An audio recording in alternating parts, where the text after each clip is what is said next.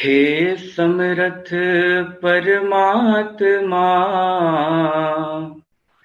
हे निर्गुण निरंकार, तू करता है जगत का, तू सबका आधार। कण कण में है बस रहा तेरा रूप अपार।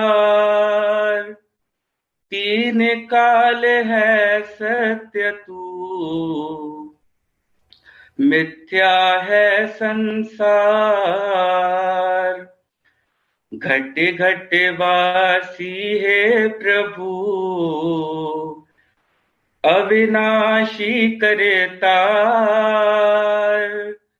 दया से तेरी हो सभी, भव सागर से पार। निराकार साकार तू, जग के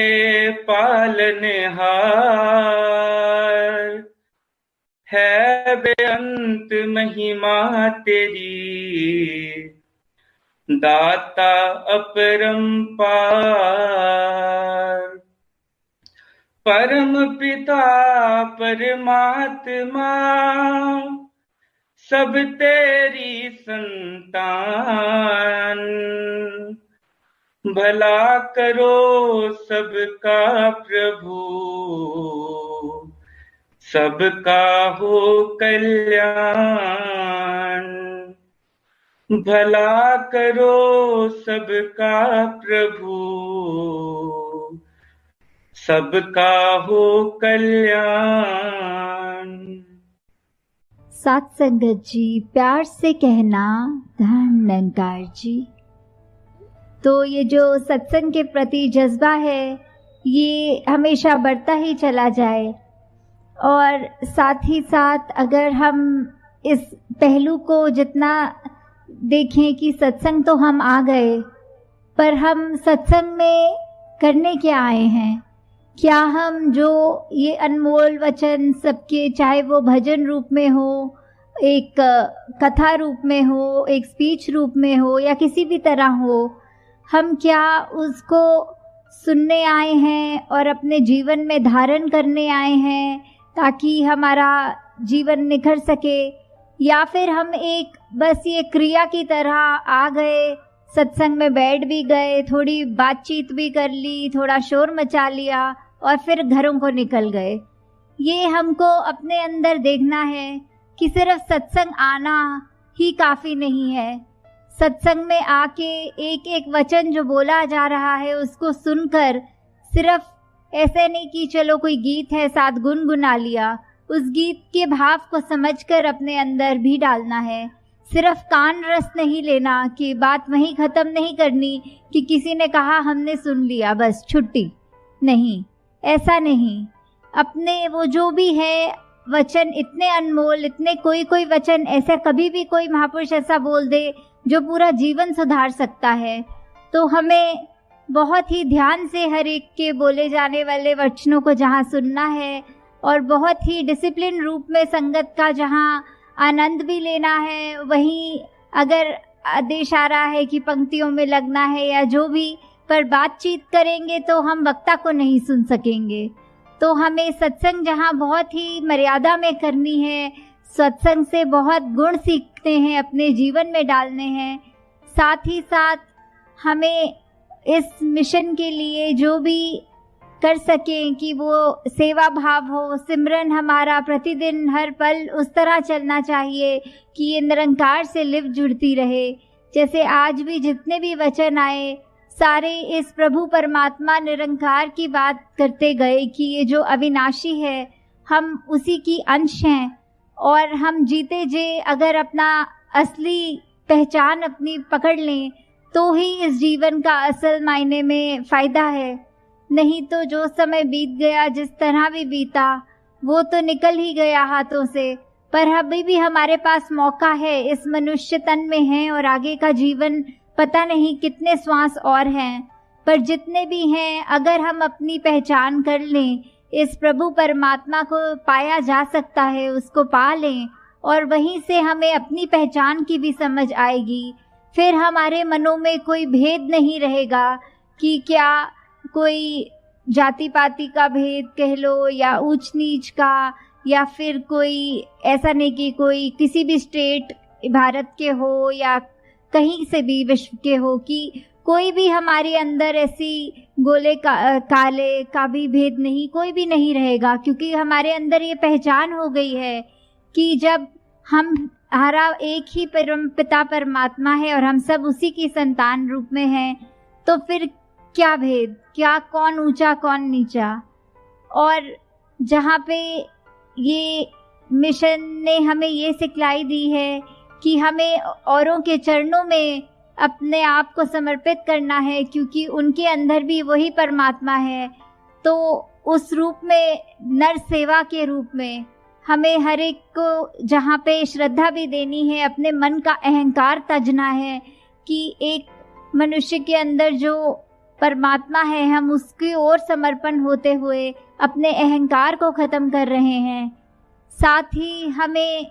ये बात जहाँ देखी जा रही है कि दुनिया में कि सब जो भी अपने कल्चर कह लीजिए या अपने जो भी रिलीजियस सेंटिमेंट्स के हिसाब से जहाँ पे भी आस्था रखते हैं, सबको मुबारक है कि कोई अपना धर्म ग्रंथों को पढ़ते हैं, अपने कोई भी धार्मिक, कोई भी स्क्रिप्चर्स में अपनी रुझाव रखते हैं, वो सब मुबारक है। पर साथ ही साथ पहले इस परमात्मा को जान लें, तभी वो फिर पढ़ना मुबारक और ज़्यादा होगा। कि जब तक हम एक वस्तु को एग्जाम्पल के तौर पे, एक अगर वस्तु की पहचान ही नहीं, कि हम बात करें, किसी को बोलें कि ये तो मिठाई बहुत मीठी है, इससे ज़्यादा मीठी तो कोई मिठाई ही नहीं है, तो अगला व्यक्ति सिर्फ वो बात तो सुन सकेगा पर उस मिठाई का आनंद नहीं ले सकेगा। उसी तरह जिसी वक्त उसके मुंह में वो मिठाई आ जाएगी, वो ये भी समझ जाएगा कि ये भाव का अंतर क्या था। जिस तरह एक फूल की खुशबू जो होती है, वो व्याख्यान करते रहें, उसके बारे में लिखते रहें, तो इतना वो समझ नहीं आ सकती जितना सिर्फ उस फूल को सूंघने पर उसकी खुशबू खुद बखुद हमको सब कुछ समझा देती है। वैसे ही एक बार अपनी असली पहचान, इस ब्रह्म ज्ञान को जान लें, इस निरंकार को जान ले, चाहे हम किसी भी रूप में उसको पूछते हों, कोई अल्लाह बोल के, कोई राम बोल के, कोई गॉड बोल के, और कोई भी अलग तरीके से जिस तरह पूछते हों, पहले उस भगवान को जान लें और फिर उसकी अर्चना करें। कि साथ ही साथ अभी बहुत सत्संग के दौरान महापुरुषों ने एग्जाम्पल लेके समझाया, चाहे वो रामायण में से शबरी जी और राम जी की बात की, किस तरह भी नवदा भक्ति का भी जिक्र हुआ, और साथ ही साथ हमें अपने जीवन में किस तरह वो भक्तों वाले जो भी गुण हैं, चाहे वो किसी भी समय के दिए हुए हों, किसी भी काल में हो, किसी भी युग में हो, तो वो बात तो तब भी सत्य थी, अब भी सत्य है कि हमारा जीवन तभी सफल हो सकता है जब तक एक हमको अपनी असली पहचान न मिल जाए। जिस तरह जहाँ हम चाहे गीता को पढ़ें तो भी वही बात की, जहाँ भगवान कृष्ण ने ये जीवन के बार बार रीबर्थ की बात करी है कि बार बार जन्म होगा, तो साथ ही उन्होंने एक मुक्ति, एक सैल्वेशन की भी बात की है कि जैसे हर एक लकड़ी में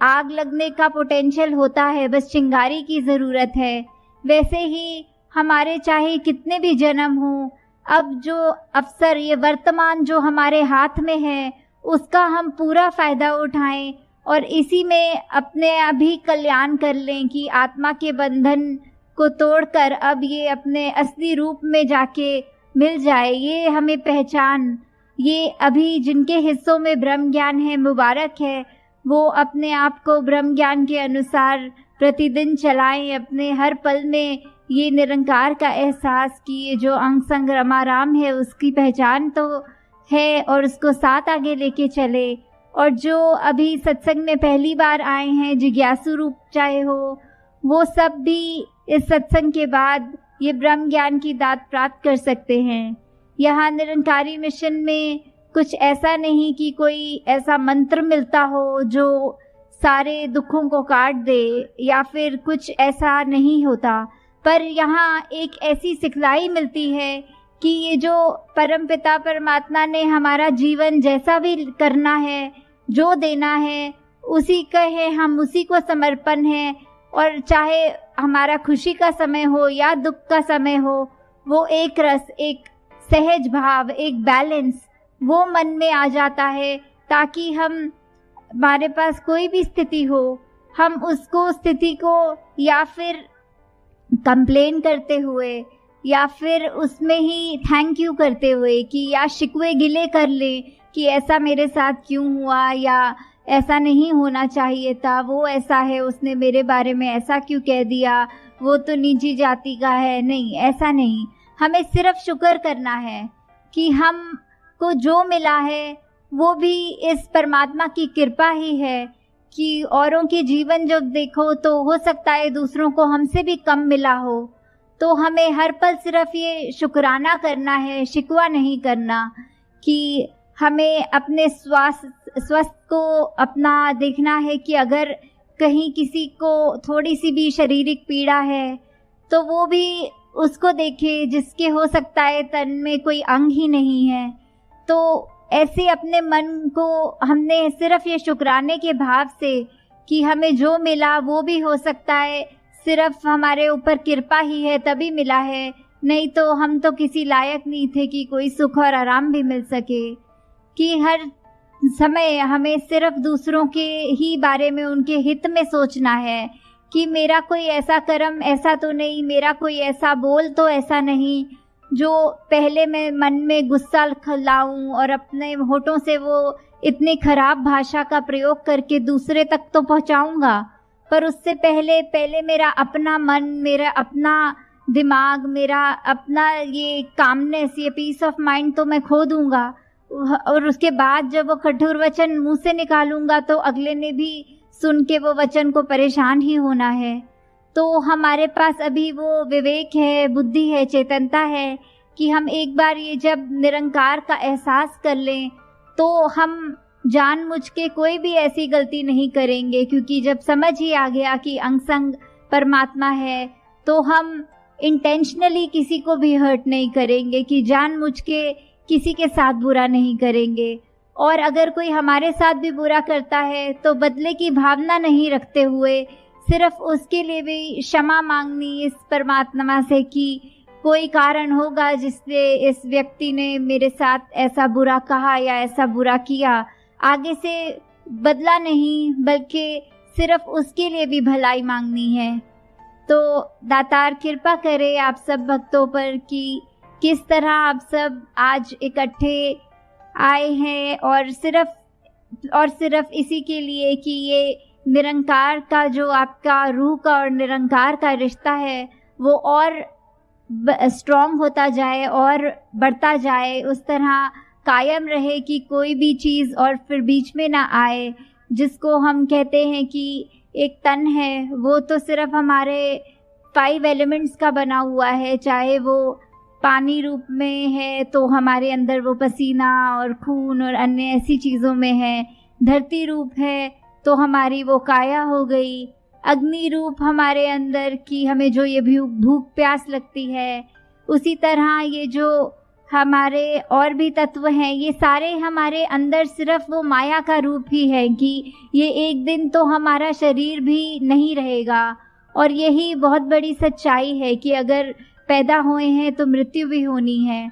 तो हमारे हाथ में सिर्फ क्या है, जो अभी का वर्तमान है, अभी की लाइफ है। तो सारी चीज़ें जब ख़त्म हो जाएंगी तो हमारे पास क्या रहेगा, वो ही है जो परमात्मा है। उसका जितना जल्दी हम जानकारी लेंगे कि होता क्या है, हमारे अंदर से जिज्ञासा आनी कि ऐसे ही तो नहीं हम अपना जीवन व्यर्थ कर रहे, तो एक बारी जब उस बात की समझ आ जाती है तो सारे ही काम हमारे होते जाते हैं और अभी भी जैसे आपने श्रवण किया कि निरंकारी मिशन में कोई धर्म प्रवर्तन नहीं होते, पर सिर्फ मन प्रवर्तित होते हैं, कि जो मन पहले सिर्फ दूसरे की लिए खराब सोचने के लिए करता था, दूसरे का नुकसान करते था, वही मन प्रवर्तित होके सभी के कल्याण की अरदास करता है और अपने कर्म ऐसा बना लेता है कि वो एक चलता फिरता प्रचार बन जाए।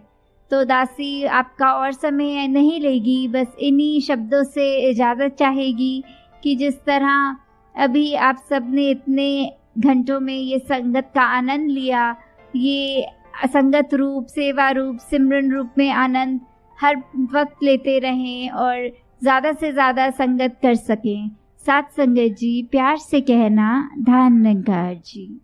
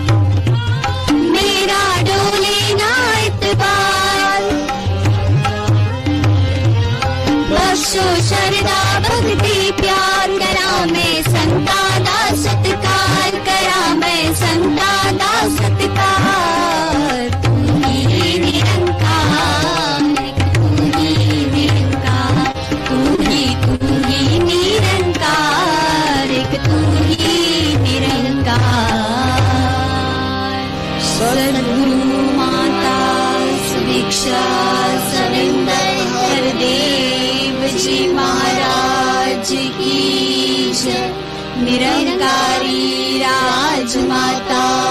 गुरु वचन अवतार